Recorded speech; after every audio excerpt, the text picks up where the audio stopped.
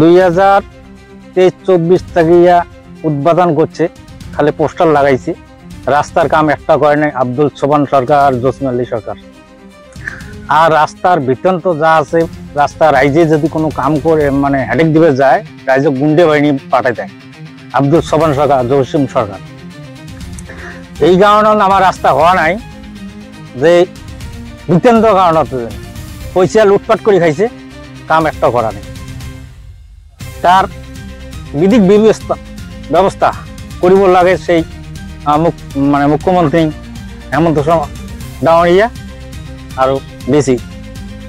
তার কারণে এইটু আমার অনুরোধ করি। 24টা রাস্তার উদ্বোধন করেছে, 24টা রাস্তা এবং সমষ্টির মধ্যে আমার সোনাগুলি গ্রাম পঞ্চায়েতের মধ্যে 24 একটা ওয়ার্ডে কালপাট করেছে, কালপাটও হওয়া নেই। সবগুলা আব্দুল সোবান সরকার আর জসিম সরকারের দুইজনে আত্মসাৎ করিয়া লুটপাট করে শেষ করছে, আর গুন্ডে বানিয়ে রাখছে সাথে সাথে। তার কারণে আমার রাজ্যে কোনো খবর না পারে, বালুঘরে আটক করে, সে বালুঘরে খেলবার না দেয়, আমার রাজ্যক খবর না দেয়, রাজ্যক ধমকি দিয়ে ফের দেয়। সেই কারণে আমার রাজ্য যাবার না ভয়ের চটে। এই কারণে আব্দুল সোবান সরকার আর জসিম সরকারে এত যে আত্মসাৎ করছে, অঙ্গনবাদী ঘরের টাকাটাও লুটপাট করছে, বহুত করছে আর কি। হ্যাঁ, এতিয়াও করা নাই, পয়সা দিবে করে না মানুষক, রাইজক কয় তো 3000 টাকা দিই, ও 2000 মানুষক কিনে দেবো। এই সোবান সরকার, জসিম সরকার রাস্তার টাকা ওটা তো সিজি ব্লক আছে, সেই সিজি ব্লক করা নাই, তো করে নেই। সোনাগুলি গাঁও পঞ্চায়েতের অন্তর্গত। আমি 20-25 বছর ধরে আমি এই আব্দুল সোবান সরকারের পরিয়ালত আমি প্রতিনিধি বনাই আছো।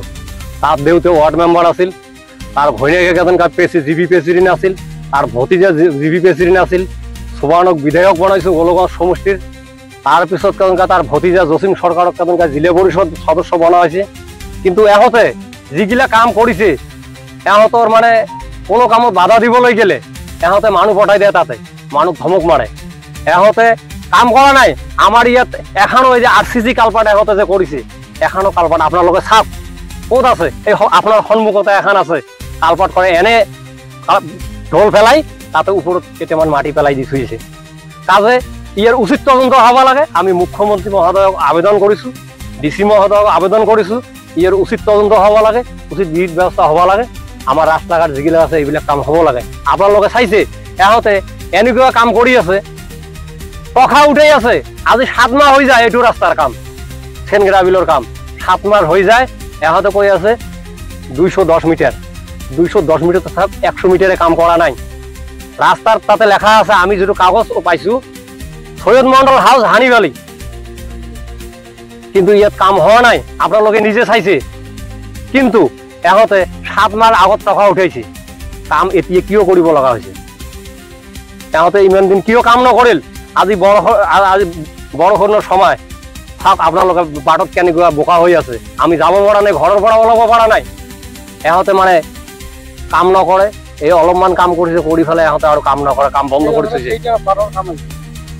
আমার কেতনকায় সোনাগুলি জিবি অন্তর্গত আমার 24টা রাস্তার কেতনকায় মোটামুটি কাম উদ্বোধন করছিল। এহতে দুর্নীতি তো 100% হয়েছে, তদন্ত করলে ওলাই যাব। আমি যদি মিছে কথা কইছো, তদন্ত হব লাগে, এর উচিত তদন্ত হব লাগে। আত্মসাৎ করেছে, এহতে গাড়ি কিনিছে, মাটি কিনিছে, বিল্ডিং বনাইছে, তার থাকার ঘর না আছিল। জসিম শেখর বজারত কেতনকায় এনেকুৱা ডাঙৰ দোকান দিছে, গাড়ি কিনিছে। আপনাৰ চাওক নিজে, এজন প্ৰেসিডেন্টে ইমান কৰিব পাৰে নেকি?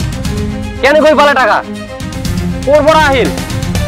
এইটো উচিত তদন্ত হব লাগে। ৰাইজৰ টাকা আত্মসাৎ কৰি আছে এহতে, রাইজ গেলে রাইজক ধমকি মারি এহতে খেদে দেয়।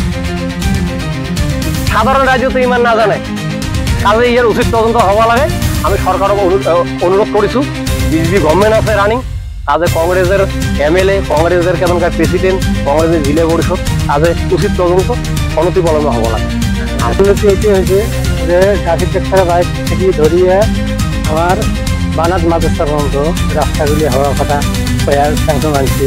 আনার পর খালি করছে মোটামুটি এই 80 মিটার না 70 মিটার কাম করিয়ে আর বাকি ইনকাম করে। টাকা আসলে 3,50,000 টাকা কাম জোর করলে 50,000 টাকা কাম করেছি। আপনার সোনাগুলি গাঁও কিমান রাস্তা কাম হয় মোটামুটি 24-25টি রাস্তার কাম হওয়া নেই। টাকা বলে চাপ করছে হ্যাঁ এটা হলে কাম করা কি করা নেই। এই আব্দুল সোবান সরকার আর জসিম এই সরকারকে এটি আবেদন জানাও যে আমার রাস্তাঘাট লাগে, রাস্তাঘাটের উন্নতি লাগে। আমার ছাত্রবিলাক হাঁটতে না পায়। এই যে বাঙাল মাদ্রাসারা দেখিয়েছেন খাওয়া পাওয়া ছোটো ছোটো খাওয়া পাওয়া বলে হাঁটতে না পায় বলে রাস্তার যে অবস্থা দেখিয়েছেন যে আমার রাস্তার উন্নয়ন লাগে। এটি আমার আবেদন, এটি আমার অনুরোধ। তো জানাইছো হেমন্ত বিশ্ব মহোদয় উচিত তদন্ত কৰি উচিত মানে শাস্তি দিব লাগে। এই যিবিলাক টাকা আত্মসাৎ কৰিছে এই টাকাবিলাক উচিত ৰাইজৰ উন্নতিৰ কাৰণে মানুহে ইলেকশ্যন পাতে মানে প্ৰেচিডেণ্ট পাতে উন্নতি হোৱা নাই, দুৰ্নীতি হৈছে, দুৰ্নীতি মুক্ত কৰিব লাগিব। মই এইটো কথা এইটো দীঘলতাৰী এইটো সোনাখুলি জিপি টকা আব্দুল সোবানী চৰকাৰ আৰু জসিম চৰকাৰ এই মোটামুটি 20 বছৰমানৰ পৰা মানে পৰিয়াল কেন্দ্ৰিক ৰাজনীতি কৰিছে। তেওঁ 20 বছৰৰ পৰা পৰিয়াল কেন্দ্ৰিক ৰাজনীতি একো কাম কৰা নাই, গাঁৱৰ কোনো উন্নতি তাৰ হোম ৱাৰ্ড এইটো